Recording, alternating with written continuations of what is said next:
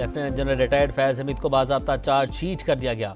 Official secret act की खिलाफवर्जी, सियासी सरगर्मियों में मुलविस होने, रियासत के तहफ़्फ़ुज़ और मुफाद को नुकसान पहुँचाने, इख्तियारात और सरकारी वसाइल के गलत इस्तेमाल का इल्ज़ाम। वज़ीर-ए-आला पंजाब मरीम नवाज का दौरा चीन। बीजिंग में national people's congress standing committee के वाइस चेयरमैन से मुलाकात। मुख्तलिफ शोबों में चीन के तजुर्बात से इस्तेफादा करके पंजाब में बेहतरी लाने का अज़्म। होंगजोंग ने कहा, मरीम नवाज जैसी विजनरी शख्सियत से मिलना एजाज समझता हूँ।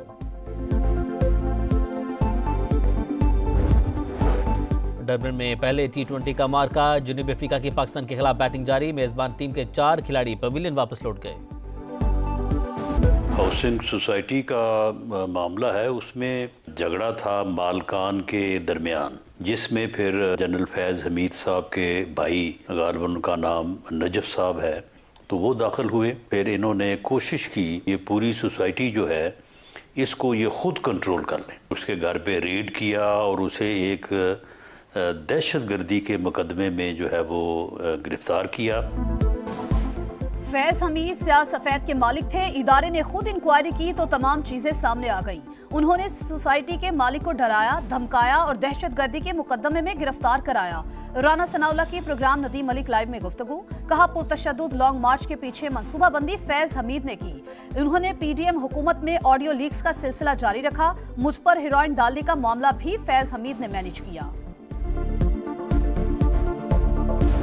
पाकिस्तान के लिए एक तारीखी हिस्टोरिकल डे है। मुझे दोहरा मेयार का ताकतवर और अमीर के लिए कुछ और गरीब के लिए कुछ और, वो खत्म हो गया है। इमरान खान साहब समेत, बेगम साहिबा और हवारी समेत शिकंजा उधर तक जाएगा और फैज हमीद को सिर्फ कोर्ट मार्शल ही नहीं होगा, कोर्ट मार्शल के बाद सजा भी होगी। पाकिस्तान के लिए तारीखी दिन, दोहरे मेयार का खात्मा हो गया। फैज हमीद को सजा भी होगी।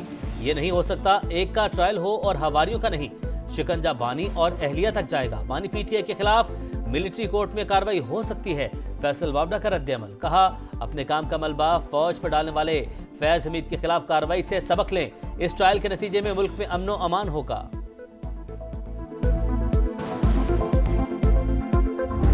जहाँ तक फैज हमीद साहब का ताल्लुक है, ये फौज का मुकम्मल अंदरूनी मामला है, इससे हमारा कोई लेना देना नहीं है। सियासी मंजरनामे पे इस किस्म के असरात मुरतब नहीं होते। हम तो सिर्फ ये कहते हैं सिविलियन का ट्रायल नहीं हो सकता, रिटायर है या सर्विंग है उनका ट्रायल हो सकता है। फैज हमीद का ट्रायल फौज का अंदरूनी मामला है। इन्हें कोर्ट मार्शल पर कोई भी सजा हो सकती है। चेयरमैन PTI बैरिस्टर गौहर की समा से गुफ्तगू। कहा, हमने सिर्फ सिविलियन का मिलिट्री ट्रायल ना होने की बात की। सिविल नाफरमानी की कॉल, मुल्क दुश्मनी। इस्लामाबाद पर चढ़ाई की नापाक कोशिश की गई। इस साजिश में मुलविस अफराद को नहीं छोड़ा जाएगा। वज़ीर-ए-आज़म की सख्त अल्फाज में वार्निंग। विफाकी काबीना के इजलास से खिताब करते हुए कहा, जो बेगुनाह हैं उन्हें हाथ नहीं लगाया जाएगा। मुआशी इस्तेहकाम सियासी इस्तेहकाम के साथ जुड़ा है। हफ्तावार महंगाई कम होकर 3.57% पर आ गई। तरसीलात ज़र रिकॉर्ड सतह पर हैं। बैरून मुल्क मुकीम पाकिस्तानियों ने हुकूमत पर एतमाद का इजहार किया।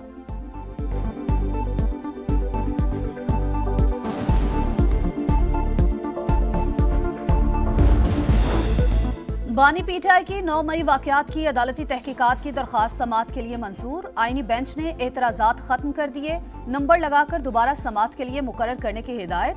1.5 साल गुजर चुका, पता तो कर ले उस दिन हुआ क्या था। हामिद खान की सदा। कहा, एहतजाज करने पर फौज बुला ली जाती है। केस दोबारा लगने पर आपको हमारे सवालात पर मुतमईन करना होगा।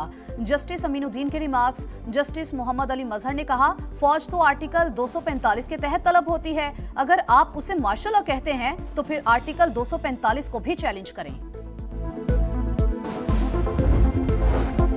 बानी के खिलाफ तौहीन अदालत की दरख्वास्त। सुप्रीम कोर्ट का हुकूमत से मजीद हिदायत लेने का मशवरा। नोटिस किया तो बानी PTI को यहाँ पेश भी करना पड़ेगा। क्या हुकूमत इस केस को संजीदगी से चलाना चाहती है? जस्टिस अमीनुद्दीन का इस्तफसार। जस्टिस मंदखिल ने रिमार्क्स दिए, तौहीन का मामला अदालत और मुलजिम का है। हुकूमत क्यों जज्बाती हो रही है? 7 रुकनी आईनी बेंच ने समात गैर मुय्यना मुद्दत तक मुलतवी कर दी। बानी को खैबर पख्तूनख्वा जेल मुंतकिल करने की दरख्वास्त भी खारिज। शहरी पर 20,000 रुपये जुर्माना।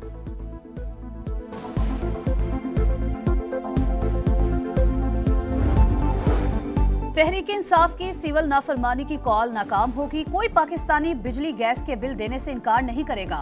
उन्होंने अब सुबाइयत का नया कार्ड खेलना शुरू कर दिया। इनका एजेंडा किसी सूरत पूरा नहीं होने देंगे। ख्वाजा आसिफ की कौमी असम्बली में गरज बरस। कहा, ये जितनी बार हमला करेंगे हर बार भागेंगे। बानी पीटीआई के हुक्म पर मुज़ाकराती कमेटी बनाई, मुल्क को आगे ले जाना चाह रहे हैं। उमर अयूब का कौमी असम्बली में इज़हार ख्याल। 26 नवंबर के वाक़यात की तहकीकात के लिए जुडिशल कमीशन बनाने का मुतालबा। हुकूमत को बातचीत की पेशकश, लेकिन जवाब नहीं आया। हमारे पास एहतजाज को आगे बढ़ाने के कई ऑप्शंस मौजूद हैं। असद कैसर की मीडिया से गुफ्तगू। सियासी इख्तलाफात के बावजूद कौमी मुफाद में इकट्ठे बैठ सकते हैं। वज़ीर आला खैबर पख्तूनख्वा का पैगाम। कहा, मसाइल के हल के लिए मुज़ाकरात के जरिए इलाहे अमल तय करना होगा।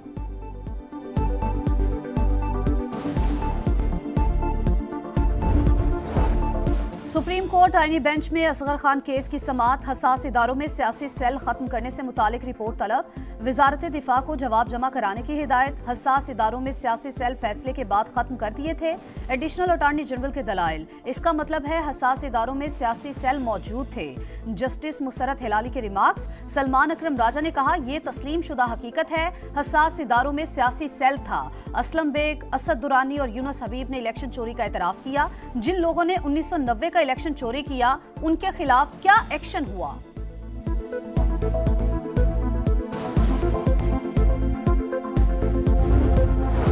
आज IPPs के साथ सेटलमेंट माहिदों की मंजूरी। टैरिफ रिव्यू से कौमी खजाने को 238 अरब का फायदा होगा। आम सार्फिन को भी रिलीफ मिलेगा।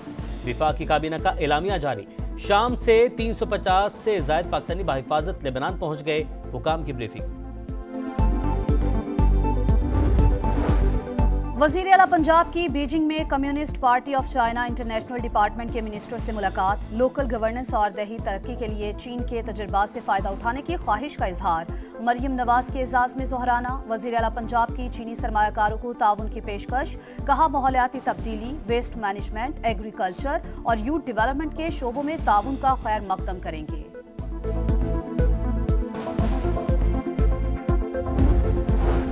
पाक सरजमीन को अम दुश्मनों से पाक करने का मिशन। योब में सिक्योरिटी फोर्सेस की कार्रवाई। 15 ख्वारिज हलाक। असलहा और बारूदी मवाद बरामद। फायरिंग के तबादले में सिपाही आरिफुर रहमान मादरे वतन पर कुर्बान। गवर्नर पंजाब से वज़ीर आला सिंध की मुलाकात। नून लीग और पीपल्स पार्टी की पावर शेयरिंग मीटिंग पर बातचीत। मुराद अली शाह ने कहा, पीपल्स पार्टी हमेशा से बामकसद डायलॉग की हामी है। केपी में अमन अमान की सूरत हाल तशवीशनाक। पीटीआई पहले फैसला कर ले कि बात करनी किससे है। पेशावर का तारीखी किस्सा खानी बाजार हुकूमती गफलत का शिकार। तजावुजात की भरमार। लोगों का पैदल चलना भी दुश्वार। दुकानों के आगे रास्ते बंद करने का रुझान। शहरी परेशान। बाजार के आराइश पर करोड़ों का खर्च भी बेसूद। मसला जूं का तूं। मुतलका इदारों ने चुप साध ली।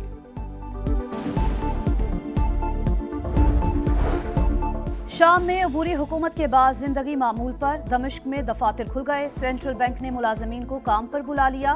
दारुल हुकूमत की सड़कों पर ट्रैफिक मामूल के मुताबिक रवां दवां। इसराइल की इश्तियाल अंगेजी जारी। दमिश्क समेत 310 मकामात पर बमबारी। एयर बेसिस और असलहा डिपो निशाना। सेहूनी फोर्सेज ने गोलान की पहाड़ियों पर कब्जे के बाद बफर जोन भी हथिया लिया। टैंक दमिश्क से 20 किलोमीटर दूरी पर।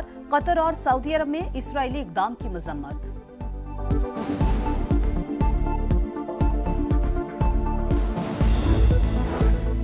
गजा में इसराइली फौज की दरिंदगी। नसीरात और जबालिया पर फिर हमला। 13 फलस्तीनी 24 घंटे में मजीद 24 शहादतें। 54 जख्मी। कमाल अदवान अस्पताल के अतराफ से हुनी फौज का मुहासरा बरकरार। अद्वियात और खुराक की किल्लत। डॉक्टर्स की आलमी बरादरी से मदद की अपील। शाहीनों का नया मार्का शुरू। डरबन में पाकिस्तान और जनूबी अफ्रीका का पहला T20। मेजबान टीम की टॉस जीतकर बैटिंग। ग्रीन शर्ट्स की प्लेइंग 11 में बाबर आजम, शाहीन आफरीदी भी शामिल। बाला इलाकों में सर्दी का जोर। लह में पारा -13 तक गिर गया। स्कर्दू -7, कल्लात -6, गिलगित और अस्तौर -5 रिकॉर्ड। महकमा मौसमियात की बारिश और पहाड़ों पर बर्फबारी की पेशगोई।